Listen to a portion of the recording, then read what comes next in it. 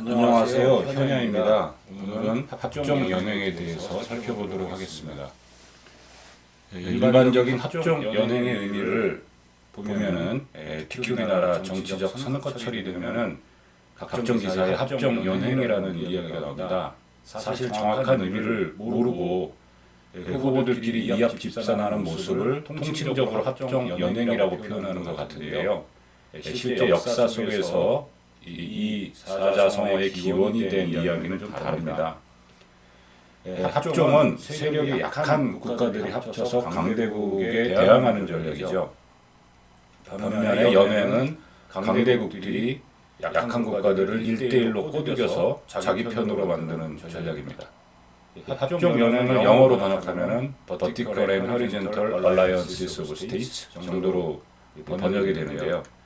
춘추 전국시대, 중국의 춘추 전국시대에 강대국인 진나라와 상대적으로 약했던 나머지 나라들 간의 외교전쟁에서 기인한 내용입니다. 지도를 보시면은 서쪽에 진나라라는 당시에 가장 강력한 나라가 있었고요. 북쪽에 연나라, 조나라, 위나라, 한나라, 초나라, 제나라 이렇게 상대적으로 약한 나라 6나라가 있었습니다. 합종은 요 6나라가 합치는 거죠. 제나라를 제외한다면 이렇게 나머지 5개 나라는 거의 수직으로 이제 분포를 지리적으로 하고 있었다고 볼 수 있고요. 제나라를 집어내면 좀 애매해질 수도 있죠. 원이라고 볼 수도 있고 한형이라고 볼 수도 있지만 크게 봐서 이거를 이제 버티컬하게 보는 것이죠. 합종이라고 보고 있습니다. 반면에 진나라 입장에서는 각각의 나라들과 외교적인 얼라이언스를 하는 거니까 이 그림에서 보듯이 연행이라고 이제 말을 붙일 수가 있습니다.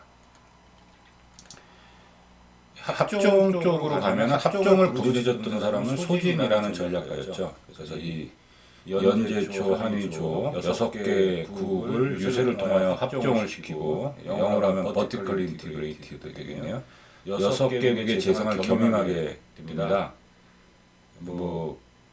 근래 역사에도 유럽에서 국적이 다른 사람이 어떤 나라에 정치인을 하는 경우가 있었는데 중국 같은 경우 춘추 전국시대에 이 6개국의 동시 재산 겸임이라는 건 굉장히 특이한 현상이라고 볼 수가 있겠습니다. 기원전 333년의 일이고요. 이를 통해 강대국 진나라는 한동안 동방 진출이 막히게 됩니다. 하지만 6개국 연합이라는 것이 자국의 이해관계가 다 다른데 그렇게 오래 갈 수가 없었습니다. 동맹은 깨지고 소진은 별로 좋지 않은 말로 암살을 당했다고 역사는 기록을 하고 있고요. 요 합종책을 깨뜨리는 역할을 한 전략가가 있었는데 장의라는 사람입니다. 이 사람은 연행 전략, Horizontally Integrated라고 할 수 있겠죠.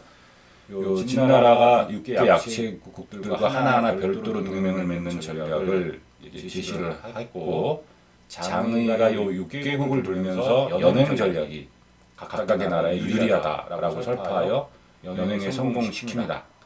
근데 문제는 그 이후에 진나라가 6개국을 다 멸망시켰다는 거죠. 이 이야기에서 알 수 있는 게 역사가 보여주는 것이죠. 합종보다는 연행이 더 세다. 다른 말로 하면 절대 강자가 있고 그 절대 강자가 적어도 바보가 아니라 합리적인 전략, 연행 전략이죠. 하나씩 꼬드겨가는 보통은 이제 약한 고리를 먼저 파괴시키는 경우가 많죠. 그런 경우라면 강대국을 이기기 힘들다.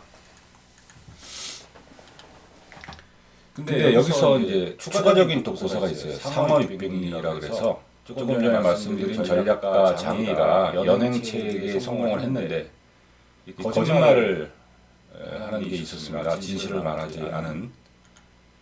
어떻게 보면 이 6개국은 똘똘 뭉쳐서 합종해서 끝까지 진나라에 대항해야 됐는데 요 장의의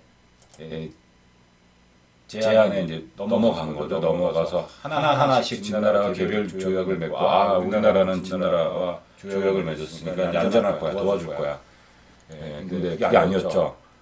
차례대로 약속을 무시하고 멸망을 시키는데 뭐 크게 보면 그거 자체도 이제 약간의 거짓말이었다고 할 수 있겠지만은 초나라 상대적으로 국력이 컸던 초나라를 이렇게 자기 편으로 끌어들일 때 이 장의라는 전략가가 뭐라고 그랬냐면 상어 600리라는 말이 있어요. 상어 땅에 600리를 주겠다 땅을 약속을 했는데 분명히 했습니다. 근데 나중에 장의가 시치미를 뚝 떼고 나는 단지 개인 소유지 6리를 주기로 했던 거야 라고 오리발을 내죠.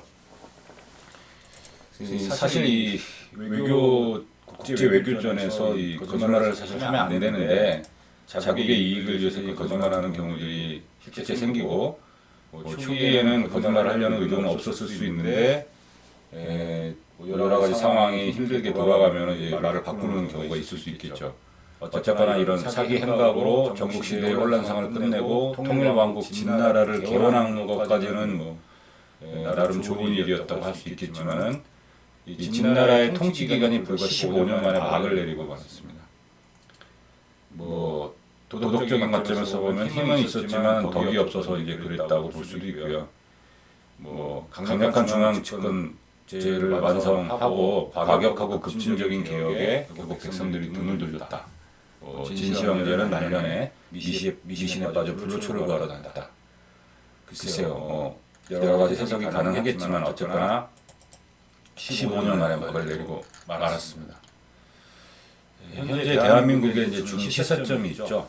지금도 이제 여전히 합종 연행을 보는 거와 비슷하죠. 어떻게 보면 중국이나 북한과 친하게 지내면서 남한도 거기에 동조를 하면 그게 이제 합종이라고 볼 수도 있겠죠.